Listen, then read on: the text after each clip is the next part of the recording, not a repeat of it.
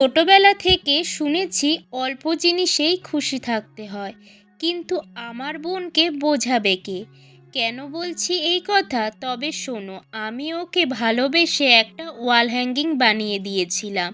সেই ওয়াল হ্যাঙ্গিংয়ের মধ্যে একটা পদ্মফুল বানিয়ে দিয়েছিলাম, কিন্তু ও আমাকে বলল ওর এই একটা পদ্মফুলে হবে না, এর মধ্যে নাকি আরও কয়েকটা পদ্মফুল ক্লে দিয়ে বানিয়ে দিতে হবে।